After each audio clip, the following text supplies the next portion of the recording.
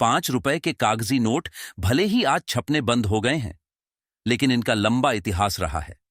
एक वक्त ऐसा था जब ये इंग्लैंड से छपकर आते थे। साल 2011 से 5 रुपए का कागजी नोट छपना बंद हो गया। सिक्कों और कागजी मुद्रा का कलेक्शन करने वाले तथा आनंद हेरिटेज गैलरी के संस्थापक अमरेंद्र आनंद बताते हैं कि 5 रुपए की अहमियत का अंदाजा इसी से लगाया जा सकता है कि 1965 तक पोस्ट ऑफिस 5 रुपए के राष्ट्रीय विकास पत्र और 12 वर्षीय राष्ट्रीय रक्षा पत्र जारी करता था। उन्होंने बताया कि भारत में 5 रुपए का नोट 1861 से चलना शुरू हुआ। यह 7 इंच लंबा और 4 इंच चौड़ा था। इसकी विशेषता यह थी कि यह हाथ से बने कागज पर इंग्लैंड से छपकर आता था। इस पर नोट के छपने की तारीख छपी होती थी।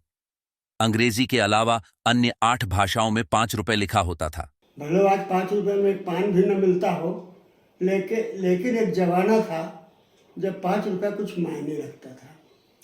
तो हम बात कर रहे हैं 5 रुपए का गवर्नमेंट ऑफ इंडिया का। ये नोट आप देख पा रहे हैं, ये यूनिफेस नोट है।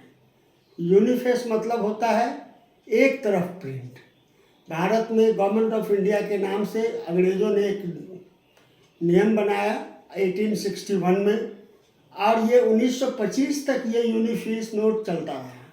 यूनिफेस का मतलब होता है एक ही तरफ छपा हुआ नोट।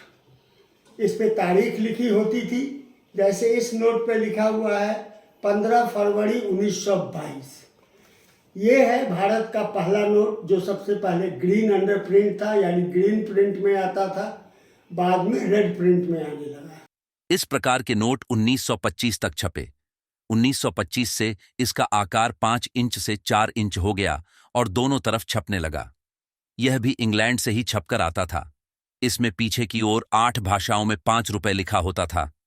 अमरेंद्र के अनुसार नासिक में प्रिंटिंग प्रेस स्थापित होने के बाद 1933 से ये नोट नासिक से छपने लगा। इस पर गवर्नमेंट ऑफ इंडिया लिखा होता था और ब्रिटिश शासक के चित्र छपे होते थे।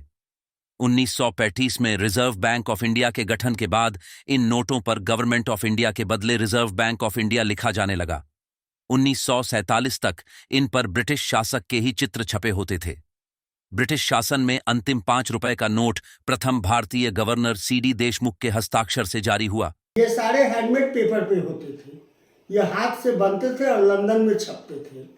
ये है हमारा, जब पोर्ट्रेट शुरू हुआ तो ये पहला पोर्ट्रेट नोट है, यानी पोर्ट्रेट यानी फोटो वाले नोट। ये पहली बार 1925 में छपा। ये इस साइज का होता था, आप देख सकते हैं। इस पे सिग्नेचर एच डेनिम का सिग्नेचर है और यहाँ पे लिखा होता था for the government of India. ये हुआ दूसरी नोट। अब आते हैं हम तीसरा नोट के बारे में। ये भी हमारा गवर्नमेंट ऑफ इंडिया का नोट है, लेकिन ये भारत में छपने वाला पहला नोट है। ये 1939 में छपा था, 33 में छपा था, और ये नोट जो है नासिक से छपा था। अब आते हैं दूसरे नोट के बारे में, जिसमें जो 1944 में छपा था।